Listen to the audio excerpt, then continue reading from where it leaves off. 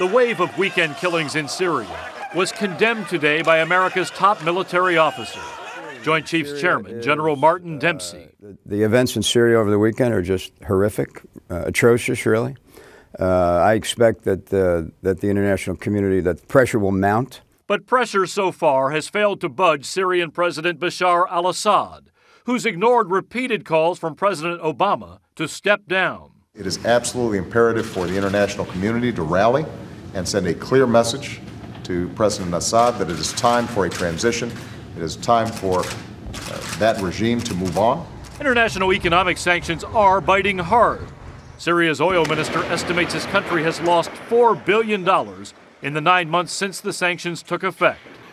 The U.S. is also supplying humanitarian aid and communications gear aimed at helping the opposition groups who are battling Assad's forces. But the U.S. has not provided weapons to the rebels. And while direct U.S. military intervention remains an option, there's no sign it's imminent. We'll be prepared to provide options if asked to do so. For now, the U.S. is left with the UN peace plan, but there are big problems. The ceasefire is not holding, and the plan does not explicitly call for Assad to leave.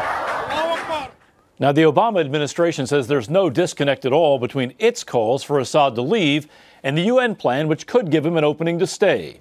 Officials argue any genuine transition that addresses all of the needs of the Syrian people, Anthony, would result in Assad's ouster. Thank you, Bob.